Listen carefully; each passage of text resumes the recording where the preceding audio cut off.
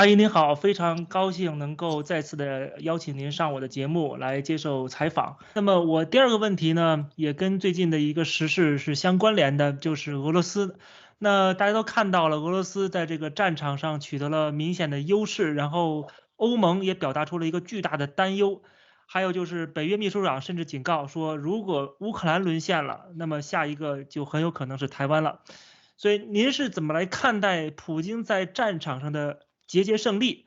这是不是西方制裁和围堵的失败？或者是他们的这个力度不够导致的结果？还有就是您觉得这个普京为什么要一定除掉那个已经被关进北极监狱的那个反对派领袖纳尔马尼？普京肯定是叶辛继承人，他肯定是想过把俄罗斯分成西方的一部分，所以他才会模仿勃兰特在法拉沙犹太人纪念碑前下跪，在开庭波兰受害者那里下跪，就是要表明俄罗斯是西方一份子。因此，他需要有一套西方式的假民主体系，包括反对党之类的，需要维持这样一些假象。但是这些反对派并没有真实的社会基础，他们能够存在，是因为俄罗斯必须假扮成西方国家。既然现在横竖已经不可能分进去，很明显，俄罗斯帝国没有出路，下一步出路是俄罗斯帝国本身的解体。而俄罗斯帝国本身解体不仅损害普京政权利益，而且损害了俄罗斯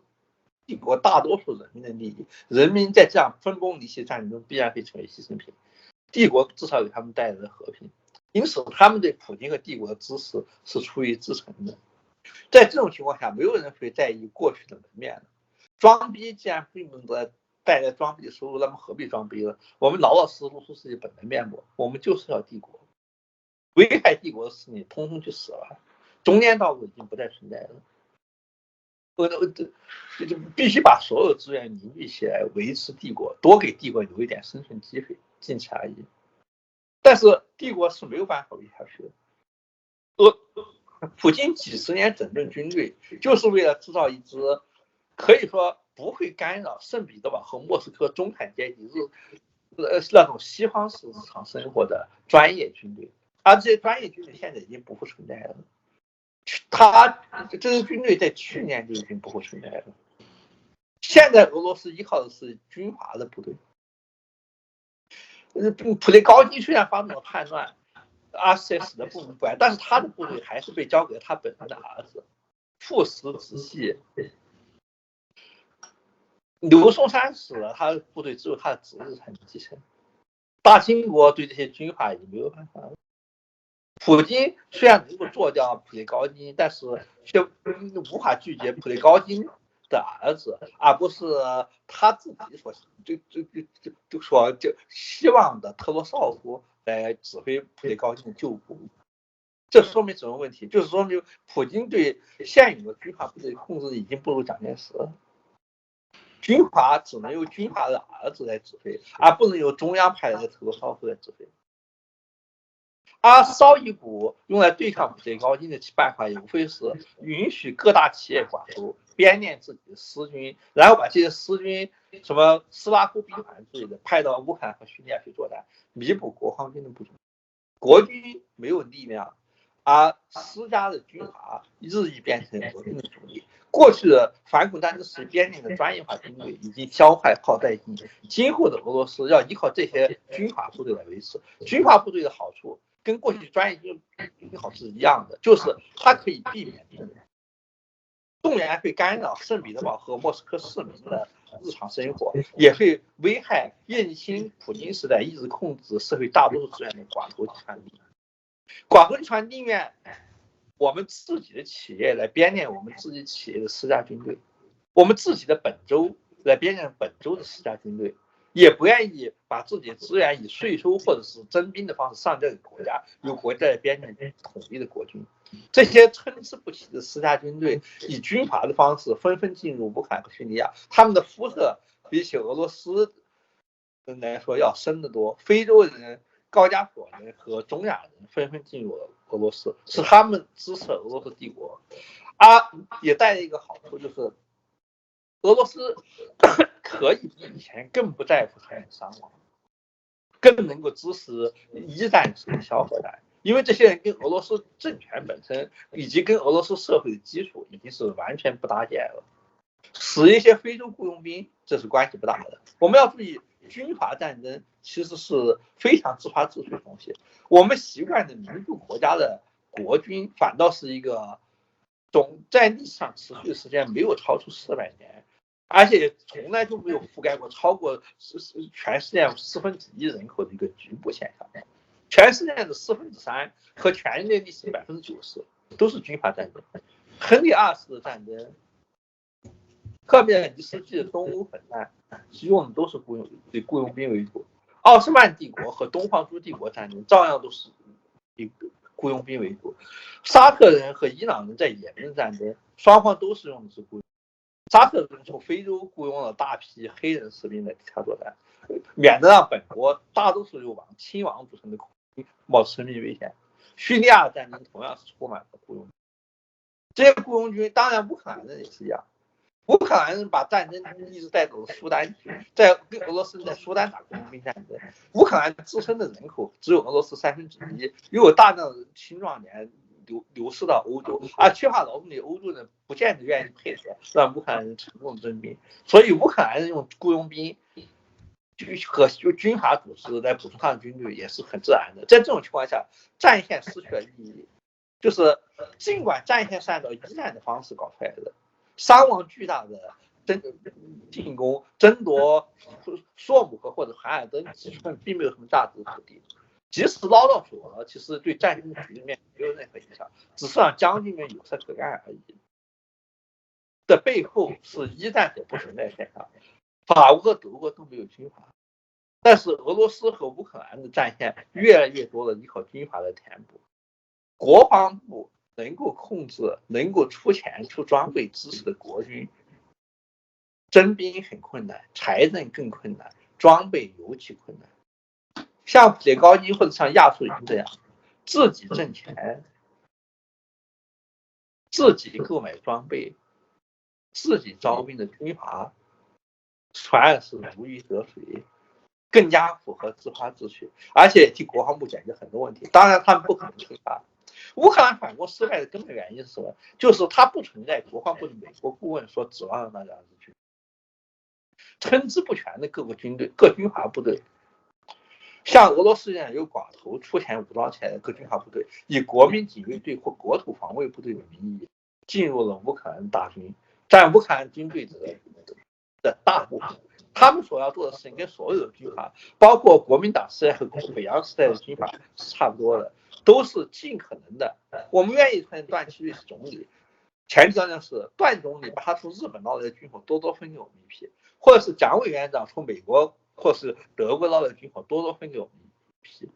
拿到这些军火以后，我们不会像美国军队一样，就为了战役武器牺牲给他，而是把这些军火小心的藏下来，将来以备不时之需。国民党就有一个师长曾经去过印度接受美国的训练，他看到美军如此奢侈使用子弹，认为他子弹打完了怎么办？美军瞪着眼睛出来说：“当然是问后勤需要的。”该师长心里想了想，妈的，我能去问后勤要的什么呀？不行，趁着现在我跟美国人混，美国人给我提供后勤，我赶紧把美国人给我子弹存下来，但是告诉我手下军官不要用。一直等到1949年，大家都没有子弹，他手里还有子弹，那他从印度省下来的那些子弹，从理论上按照美国参战行的意思，当然是应该在1944年冬季打在日本人头上。其他部队这也真的有这么干的，但是这其结果就是到1948年的时候，他就完全没有子弹和炮弹了。真正部队把这些子弹、炮弹省下来，他的军阀部队就像一个小王国一样。美国顾问的计划就是，当然是所有军事家顾问集中全部主力，像拿破仑一样打击一个薄弱环节，在拿破仑日以下把全国军队集中到拿破仑日以下，集中优势兵力10倍优势兵力打出一条通向亚速海口，其他战线不要放兵。但是泽连斯基和扎杜任队是根本执行不了这样计划的。结果就出现乌克兰全线出击，这种打法跟国民党打法完全相同。什么叫全线出击？所有战线上的各军阀都想捞一批美械，而且绝对不高兴让国防部和总统把他的部队调走。答案就是这么简单。所以我坚持要在我的战线上发动进攻，因此我就可以向你要想要带了。而且你不能调入我的军队，调入我的军队调普利山以后，我就会失去我的军阀势力。全线进攻，所有战线上都分散的很厉害，结果一般的军事评论家把这说成是农压或者是出了违禁防线，那根本就是扯淡的事情，没有任何防线。哪怕是法国人在凡尔登的铜墙铁壁，哪怕是比凡尔登战线更加强大的马奇诺防线，比马奇诺防线大部分都更加强大的色当，都经不住德国装甲部队的集中突击。只要德国国防军愿意把全部兵力压到色当一线，绕过马奇诺防线发动进攻的话，他一定可以在若干点上发动突破，就制造出突破来的。这样突破之所以没有发生，是因为乌克兰军队和俄罗斯军队都丧失了集中兵力的可能性。不丧失集中兵力可能性的原因，就是在于军队的军阀化。我们看看普列高津在他没有死以前，还没有跟绍伊古和普京翻脸以前，他是发生什么事？把巴赫穆特战线交给普列高津的军阀，打下巴赫穆特以后，普京许诺把当地的盐矿和企业交给普列高津去承包，由俄罗斯的国家银行给他发优惠贷款。我们要注意，这已经是普京时代寡头发财致富的惯例方式。我是寡头的红二代、红三代什么的，我什么也没有，但是我可以去建立一个钻石公司。该钻石公司唯一资本是我爸爸认识普京，所以国家银行愿意给我一笔优惠贷款，凭我这个优惠贷款，我就可以周转的。然后凭这个优惠贷款，我凭国家政策去垄断西伯利亚镁的钻石生产，别人全都不准去做买卖，只有我才能做。就凭这2点，我不需要任何企业家才能，我就能发大财。但是别人为什么要把这样的优惠给你啊，不给其他人呢？因为我爸爸为普京立过功，因为普列高津就是说我为国家立过功，国家没有钱，那么没有钱就给政策，国家没有钱，但是乌克兰有矿产，把这个矿产承包给我，我们说好了，不能按照资本主义方式拿税招标，大家都可以上，不行。事先说好了，只有我普列高津才能要，才能承包这个项目，赚到钱也都归我。要重建需要贷款，国家也30亿，我的士兵代替国军去牺牲，就是我所要的酬报。而早在战争爆发以前，普列高津替普京在非洲各地执行政策，得到好处是什么？他开影视公司，给俄罗斯军队和俄罗斯学校卖饭，俄罗斯学生、俄罗斯军人要买普列高津的影视公司生产出来餐饮，他发一笔大财。如果普列高津得罪了绍伊古，第一个效果就是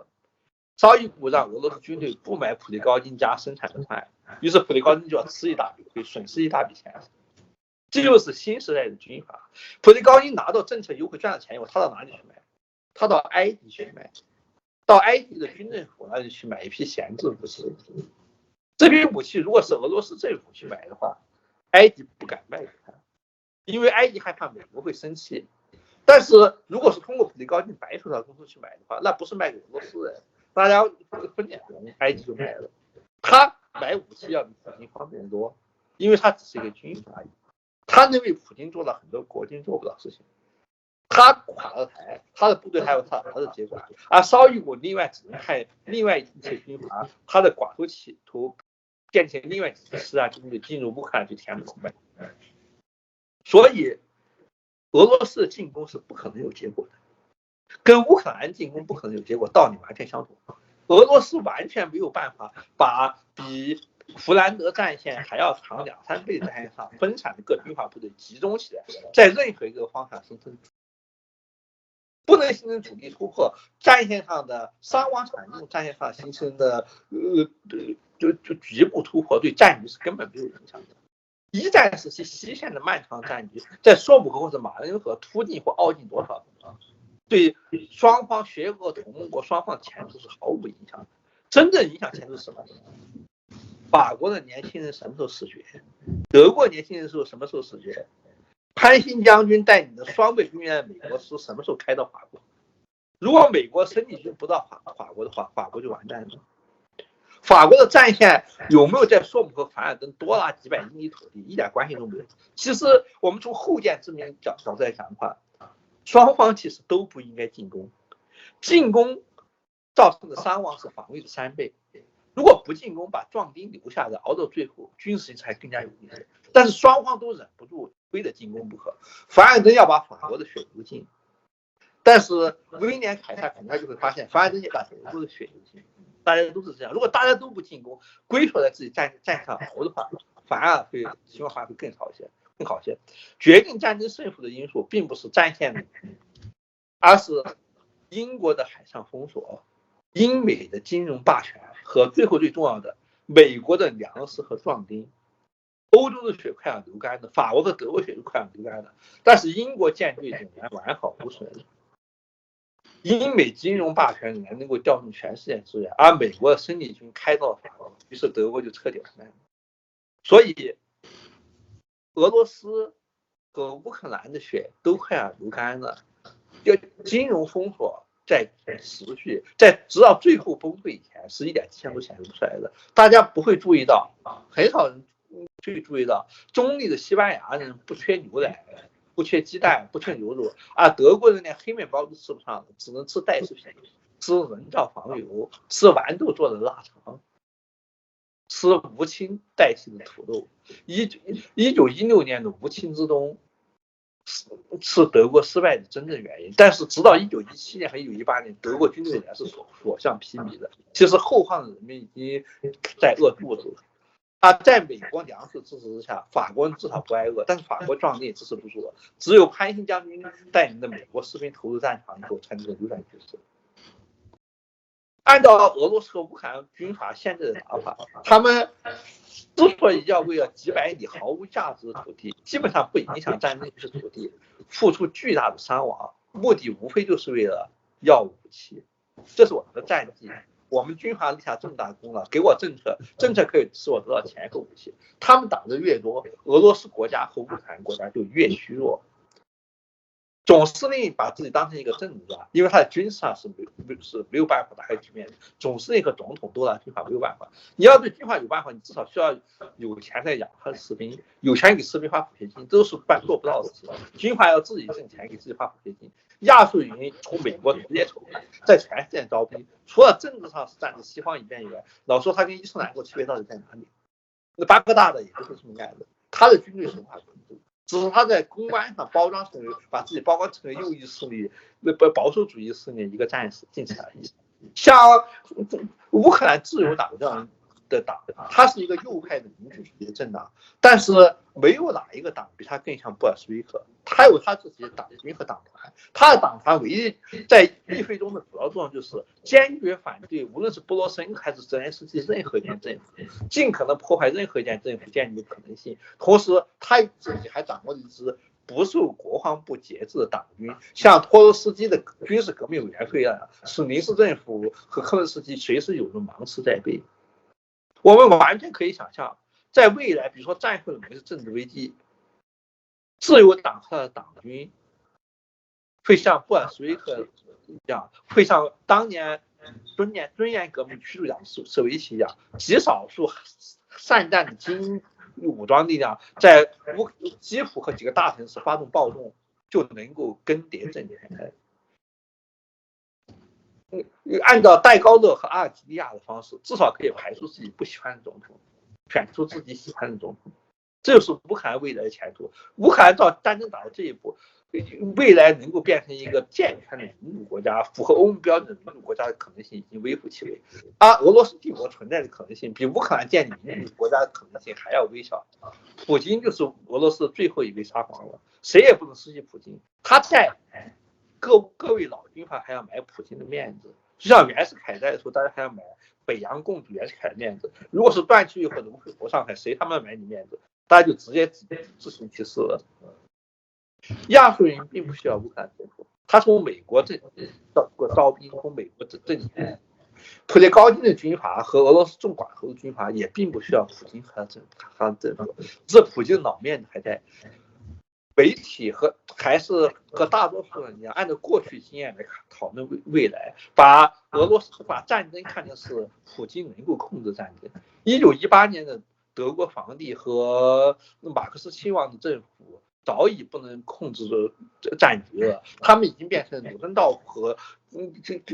计划经济委员会的俘虏了。但是媒体还不是照样当成俾斯麦和毛奇，以为政治是由他们控制，但他们实际上什么都管不了了。只要军队一声令下，他们自己必须乖乖的跑路。临时政府其实也早已变成圣彼得堡苏维埃和军事革命委员会的傀儡了，但是大家还以为克伦斯基拥有撒谎的权利。现在的泽连斯基和普京跟当年的泽连斯基和马克思希望没有什么不同，他们只是一个表演艺术家，他们连蒋介石的权利都没有。蒋介石好歹知道最后关头还有1-2支嫡系部队可以负驾逃亡，泽连斯基、普京连这样嫡系部队都没有，他们浮在表面上，只是作为一个面子上的人物而存在。等到局势完全崩溃，各路军阀像鲁登道夫一样打电话通知总统，现在我们没有办法继续支持你了，他们就必须乖乖跑路了。接下来的结果必然就是现在就不依赖国家，将来仍然可以不依赖国家，可以像叙利亚军阀和也门军阀一样，更加灵活的通过国家没有办法从事的黑市交易获取武器，像利比亚哈夫塔这些人，像苏丹达加洛将军这些人，我们可以从临时政府、过渡政府得到一个国民军司令、督军的头衔，但是实际上我真正依靠的就是我的军阀，我把非洲的黄金和奴隶，现在叫做外劳和雇佣兵，卖到沙特阿拉伯和阿联酋去赚钱，然后招更多的兵，这就是我当军阀的秘诀。那么我的企业可以把我的镍矿到伦敦金融市场去换一笔钱呢，把我的员工训练成为一支自卫队，派一支自卫队到乌克兰去，这就是我的军资本。将来的俄罗斯就是遍地军阀的世界，因为在战争的后期，经验之面已经是这样的，任何一支军阀都不可能在战线上取得任何突破性进展，而且根本不存在媒体所宣扬的那样，如果让普京胜利，整个欧洲在冷战以后刀枪入库，把话蓝色，欧洲将会面对巨大的安全危险。实际情况是，唯一的安全危险是在普京和俄罗斯帝国的头上，他们马上就要像汉献帝一样，汉献帝和蒋介石一样，领教到军阀战争的巨大危险。欧洲一点危险也没有，因为军阀根本就没有像托洛斯基的红军或者斯大林的红军一样突破战线直指他的可能性。他们说这些文宣的价值，跟一战后期谈论德国人像匈奴人一样，或者像是俄国压路机很少国人一样，都是完全扯淡的话。说这些话的同时，德国和俄国都已经处在濒临崩溃的边缘了。这些东西是为国内政治斗争服务的。普京让大家相信，冷战结束，千辛万苦得到胜利果实，眼看就要被川普葬送了，对不对？都是你们的错，你们为什么不配合我们乖乖的去搞乌克兰战争呢？为了搞乌克兰战争，还是我们就可以顺便对民主党其他政治放水了。这些都是国内政治斗争的需要，然后在人民的心目中贩卖虚假的恐惧，引导人民或者说欺骗人民，达到相应的政治效果。民主国家为了实现统治阶级的政策，是必须对人民实行适当的欺骗的。伪善是民主政治能够顺利执行的必要条件，让人民继续拥有当家作主的幻觉，维持人民统治的门面的同时，使精英集团推行的政策能够顺利执行。所以，未来历史学家很可能根本不记得这些东西，或者是一笔带过，就像是一战时期德国或者是可学文。当时生肖城上每一个工人，普通工人都非常深信不疑，然后事后战争一结束，就给人一种跟笑话没有区别的印象，像文宣一样。今年的战绩没有办法突破，是因为战争已经严重军阀化的缘故。原先在战争初期极力支持乌克兰的各个政治集团，包括美国民主党和共和党建制派那些集团，对乌克兰的信誉大大下降，也是因为他们看错泽连斯基的蒋介石本质，他控制不住军队，而乌克兰军阀也不像是能够建设这一个负责任政权的状态，因此他们的热情大大下降，但是他们给的东西并没有减少，因为他们不具备退出战争的能力。川普也没有退出战争能力，他事实上他根本没打算退出战争。他的意思是，他后来解说，他的意思是说，他能够比拜登更好的恐吓住普京，这一点是非常可疑的。但是亲近民主党的媒体把他说成是普京的盟友，要破坏战争，也是一点根据都没有。真实的情况就是，美国统治集团和欧洲统治集团完全丧失了像一战时期血约国一样，丧失了结束战争的能力。而普京和俄罗斯统治集团也丧失了结束战争的能力。但是欧洲和西方不存在军阀的问题，而乌克兰和俄罗斯则日益陷入军阀统治的泥潭之中，无法自拔。美国和西方的援助用在了军阀身上，而军阀一面保存实力，不愿意在跟自己无关的战线上浪费美械和自己的士兵，一面在夸大自己战线受到的俄罗斯威胁，其实已经完全是草台班子，跟战争刚刚爆发时精英军队完全没有办法相比的各路杂牌军，说成是极其可怕的威胁。这其实只是向他的金主和西方太上皇表示自己有多么重要，借此要求更多援助的借口。意思就是说，你不给我多大点钱，多给些武器，你看普京这么厉害，我就要承受不住了，承受不住以后你们就要倒霉了。然后西方的各个利益集团根据上述理由再进行各种各样的宣传。实际上完全不存在俄罗斯的胜利，俄罗斯没有在任何一条战线上获得胜利，而所有的战线都不断的军阀化。这现在被宣扬的很厉害那个是叫做阿夫迪卡所驻守的小城，它根本不具备任何一个要塞城市，比如像马林卡或者2014年战争时期的顿涅茨克机场那样的战略意义。以前直到最近的媒体渲染以前，没有人重视这些战线，现在突然被渲染出来了。其实跟马恩和索姆河战线上一点点小营收没有什么不同，只是出于所有各方的宣传上的需要。如果你真的相信这条战线的退缩会使乌克兰军队受到很大的危险，因此不去给他多打钱或者多提供武器吧，好吧，那就是人家所需要的。但是其实你置之不理，对前线没有任何影响，双方都已经精疲力竭。补充新的士兵和新的资源的主要希望都掌握了这些日益骄傲不驯的军阀手里面了。普京在镇压了普列高津以后，他的地位变得比以前更弱了。但是通过文宣，包括俄罗斯内部强调俄罗斯帝国的文宣和西方为了反俄目的把俄罗斯宣传的比他自己更加可怕的两种文宣的合作之下，反而制造出一种好像俄罗斯正在进乌克兰抵挡不住的假象。事实上情况就是，像拿破仑时代以来民主国家进行那种有明确战线和决定性战役的战争已经打不下去了。现在战争像人类90%的战争一样，是断断续续像中世纪的战争一样，没有明显成功和没有明显失败。一方的撤退主要是因为粮饷不济和封建民主不愿出兵，而不是因为对方取得什么胜利，而对方也没有办法利用某一方的军队因为财政和人手困难减善造成的问题。战争断断续续打上几十年，就经常发生军队发变闹抢这些事情，却不会有什么明显的变化和明显的结果。